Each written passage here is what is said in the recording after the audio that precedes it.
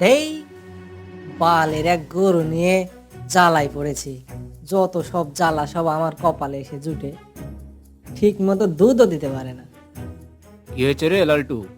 আমাকে দেখি, আমি তোর সমাধান করতে পারি নাকি। কি হয়েছে বল দিনি, একটু শুনি। লেও দিনি তেলে, সেই মরার গরু লিয়ে আর পারি না, ঠিক মতো দুধও দেয় না। এল্লা করলে কি চলবে কত? আর এই তো সংসারে তো অভাব অনটন লেগেই আছে।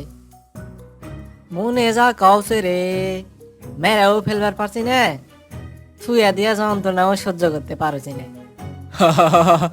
শালা জোয়ান ধাড়ি মরদ, আজ পর্যন্ত তুই এক না বুঝিস না? গরু সারা জীবন খেড় খিলালে গরুয়ে দুধ দিবে রে। গরুকে ঘাস খাওয়াতে হবে, ঘাস। ওই যে গলাতে দড়ি বান্দা লইয়া যা সুন্নতি ওই মান্দার বিলের মধ্যে বান্দা থুই আই, ঘাসও খাবে, পরার দিন থেকে তোর বাড়ি দুধও দিবে।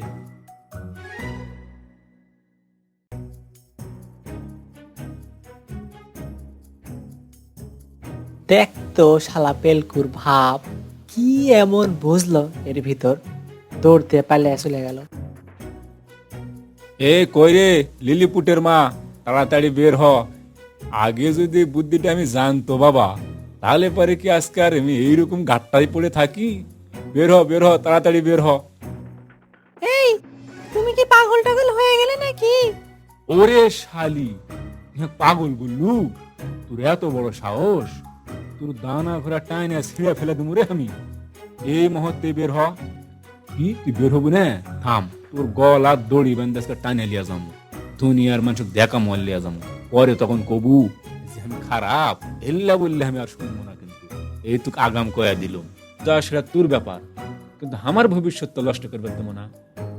এই মুহূর্তে বার হ, যদি ঝাঁটার বাড়ি না খাস চ, তোকে লিয়া যা ঘাস তলি বান্ধা তুই আসবো। যদি না যাস তাহলে জোর করে কিন্তু গলার দড়ি বেঁধে টাইনে শেষে লিয়া যাবো। আমি তো সেই মরদেরই মরদ, ভালো করে চিনিস। এই জন্যেই বন্যু, যার কথা মতো তাড়াতাড়ি বার হ। এই ধরলে শুনলু না আমার কথা? এখন কেমন লাগছে?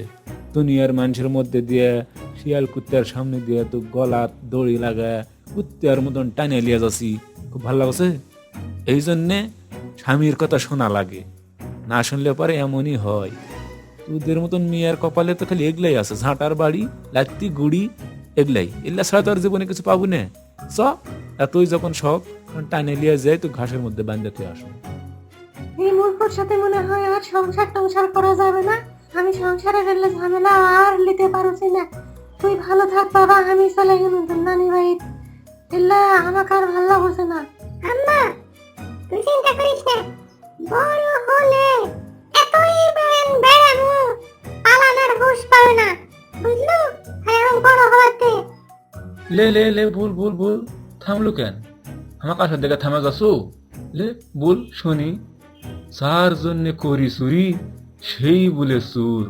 কি জগত দাসনু রে, শালা ছাওয়াল পলক মানুষ করতে পারনো না। টুক টুক করে ইল্লা করছি আমি রে, আর তুই হামাকি মারার পরিকল্পনা করছু। হাই রে, সর্বনাশ করিছে রে। শালা এই কথা শোনার আগে আমার মৃত্যু হলো না কেন রে? আমি তার সহ্য করে পাচ্ছি না। এই জন্যে মানুষ বলে দুধ দেয়া সাপ পুষিস না। দুধ দেয়া সাপ পুষলে একদিন ওই সাপ তুই ফোঁস করবে। আজকের এটা প্রমাণ হয়ে গেল রে, আমার সাপ হামাকি ফোঁস বলেছে। শালা, এতদিন আমি দুধ দেয়া কাল সাপ পুষিছি রে, কি সর্বনাশ করেছি রে জীবনে। এত বড় ভুল আমি আর জীবনেও করবো না রে। এই তোমাদের কি হয়েছে? সারাক্ষণ তোমরা কেন এভাবে লেগে থাকো একজন আরেকজনের সাথে? তোমাদের কোনো কিছুই বুঝে উঠতে পারি না। কি হয়েছে বলো তো আমাকে। আর এইভাবে সমস্ত ঘটনা খুলে বলে। ও, বুঝতে পেরেছি।